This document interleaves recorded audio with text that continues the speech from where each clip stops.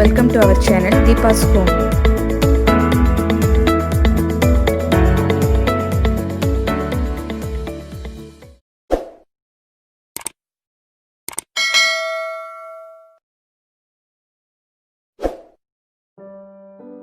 Friends, நம்ம இன்றைக்கி இந்த வீடியோவில் என்ன பார்க்க போகிறோன்னா, நம்ம ரெகுலராக யூஸ் பண்ணக்கூடிய கிரைண்டரை எவ்வளோ குவிக்காக ஈஸியாக க்ளீன் பண்ணலாம் அப்படின்னு சொல்லிட்டு தான் பார்க்க போகிறோம். நம்ம சேனல் இன்னும் சப்ஸ்கிரைப் பண்ணாதவங்க சப்ஸ்கிரைப் பண்ணிடுங்க. சப்ஸ்கிரைப் பண்ணிவிட்டு பக்கத்தில் இருக்க பெல் பட்டனை கிளிக் பண்ணுங்கள். அப்போ தான் என்னோடய வீடியோஸ் எல்லாம் உங்களுக்கு நோட்டிஃபிகேஷனில் வரும். ஓகே ஃப்ரெண்ட்ஸ், வாங்க இப்போ நம்ம வீடியோக்குள்ளே போகலாம். கிரைண்டரில் இந்த மேலே இருக்க போர்ஷன் பார்த்திங்கன்னா நம்ம ரெகுலராக மாவாட்டி முடிச்சோன்னே க்ளீன் பண்ணிடுவோம். அதுவுமே பார்த்திங்கன்னா எப்படி குவிக்காக க்ளீன் பண்ணலாம் அப்படின்னு சொல்லிட்டு ஆல்ரெடி நான் ஒரு வீடியோ போஸ்ட் பண்ணியிருந்தேன். பார்க்காதவங்க அந்த வீடியோ செக் பண்ணி பாருங்கள். நான் இந்த கிரைண்டர் கிட்டத்தட்ட ஒரு 5-6 வருஷமாக யூஸ் பண்ணிகிட்டு இருக்கேன். ஸோ மாவெல்லாம் ரொம்ப சூப்பராக நைஸாக அரைச்சிருது. ஆல்ரெடி ஒரு மாவு அரைக்கிற வீடியோவும் நான் போஸ்ட் பண்ணியிருந்தேன். அதையும் பார்க்காதவங்க இன்னும் செக் பண்ணி பார்த்துக்கோங்க.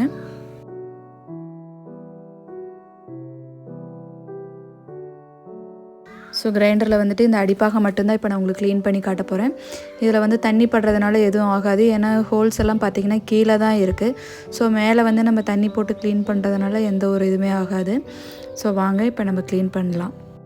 இதுக்கு நான் எடுத்துருக்கிறது என்னென்னு பார்த்திங்கன்னா வினிகர், அதோட ஒரு பழைய டூத் ப்ரஷ்ஷு ப்ளஸ் இந்த ஸ்க்ரப்பர் ஒன்று எடுத்திருக்கேன். இது 2 ஸ்பூன் சோடாப்பூ, நம்ம ஆப்பா சோடா யூஸ் பண்ணுறீங்களா அந்த சோடாப்பூ, அதில் ஒரு 2 டீஸ்பூன் அளவுக்கு வினிகர் சேர்த்துக்கோங்க. வினிகர் சேர்த்துட்டு நல்லா மிக்ஸ் பண்ணிக்கோங்க.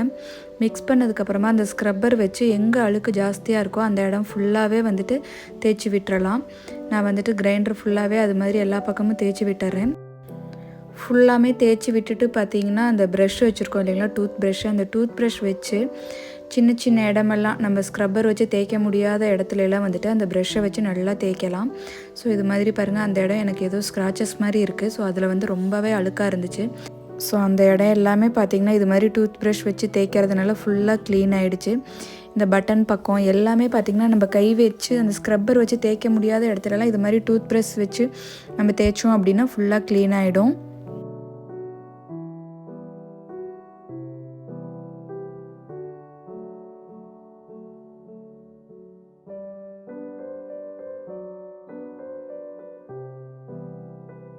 ஸோ இது மாதிரி எல்லா பக்கமும் நம்ம ஃபுல்லாக தேய்ச்சதுக்கப்புறமா ஒரு ஈர துணி எடுத்து ஃபுல்லாக தொடச்சி விட்டுறலாம்.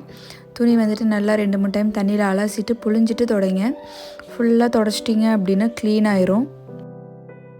இது மாதிரி இந்த கேப்லலாம் இது மாதிரி துணி வச்சு தொடச்சிங்கனாவே ஃபுல்லாக க்ளீன் ஆகிடும்.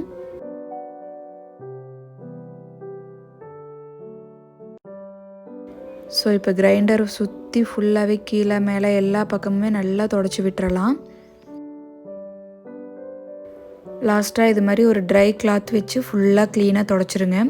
பாருங்கள், கிரைண்டர் பளிச்சுன்னு க்ளீனாக புதுசு மாதிரி ஆயிடுச்சு.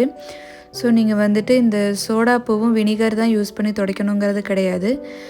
வீட்லேயே ஈஸியாக கிடைக்கக்கூடிய எலுமிச்சம்பழம் இருக்குது இல்லைங்களா, ஸோ எலுமிச்சம்பழத்தை ஹாஃபாக கட் பண்ணிவிட்டு நீங்கள் அந்த சோடாப்பூ தொட்டு தொடச்சா கூட ஃபுல்லாக க்ளீன் ஆகிடும். கொஞ்சம் கூட பிசு பிசுன்னு இல்லாமல் நீட்டாக ஃப்ரெஷ்ஷாக ஆகிடும்.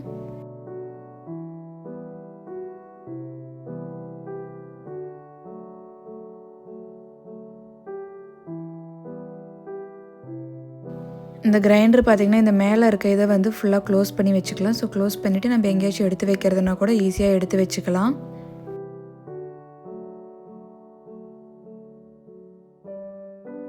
ஸோ லாஸ்ட்டாக ஃபைனலாக அந்த ஒயரையுமே நல்லா ஈர துணி வச்சு தொடச்சிட்டு அதேமாதிரி ட்ரை கிளாத் வச்சு தொடச்சிருங்க. ஸோ அவ்வளோதான் ஃப்ரெண்ட்ஸ், கிரைண்டர் சூப்பராக க்ளீன் ஆகிடுச்சு. இந்த வீடியோ உங்கள் எல்லாத்துக்கும் பிடிச்சிருக்குன்னு நினைக்கிறேன். இதே மாதிரி இன்னொரு வீடியோவில் சந்திக்கிறேன். பாய். நம்ம சேனல் இன்னும் சப்ஸ்கிரைப் பண்ணாதவங்க சப்ஸ்கிரைப் பண்ணிடுங்க. பக்கத்தில் இருக்க பெல் பட்டனை கிளிக் பண்ணுங்கள்.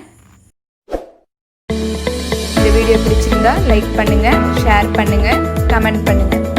தேங்க்யூ ஃபார் வாட்சிங்.